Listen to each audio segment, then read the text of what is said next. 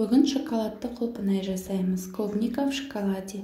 Ең алдымен құлпынайларымызды салқын суда жуып, әбден салфеткамен үстінен кеуіп, кептіріп аламыз. Кез келген шоколадты қолдансаңыздар болады. Мен альпенгольд шоколадын қолдандым. Шоколадымызды бөліп, ыдысымызға салып, қайнап тұрған ыстық судың үстіне шоколад салынған ыдысымызды қойып, шоколадымызды әбден ерітіп аламыз. Еріген шоколадымызды алып, әбден араластырып, кішкене суығанша дайындаймыз. Құлпынайларымызды шоколадқа салмас бұрын холодильникте 15 минутқа салып аламыз. Бізге осында пенопласт және шпажкалар қажет болады. Пенопласт болмаса, тарелканың үстіне қойсаңыздар болады. Видеодағыдай құлпынайымызды шпажкаға тығып, шоколадқа салып, пенопластқа қадаймыз. Немесе сіздер тарелканың үстіне қойсаңыздар болады.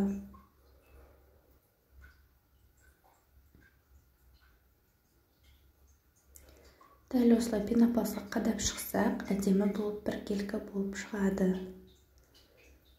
Сонан соң осындай конфетиктермен сәндейміз. Кішкене кондитерский мешокқа азырақ шоколадымызды құйып алып, узор салу үшін бас жағынан кішкене кесіп дайындап аламыз. Ақ шоколадты да ертіп, өз қалауымызша құлпынайды батырып алып, узор саламыз. Каналға жазылуды ұмытпаңыздар. Қызықты рецепттер салып тұратын боламын. Лайк, комментарий қалдыруды ұмытпаңыздар.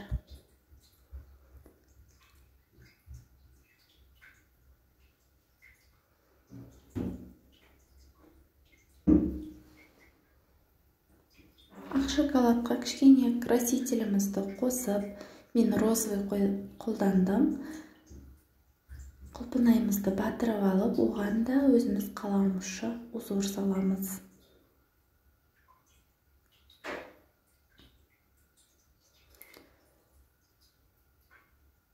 Қара шоколадымызға да құлпынайымызды батырып, мен кокосовый стружки септім. Әдемі композиция шығады. Дәл осылай өздеріңіздің қалауыңызша сәндеп дайындайсыздар. Сыйлыққа бергенге өте таптырмас. Қазіргі ең хит өтіп жатқан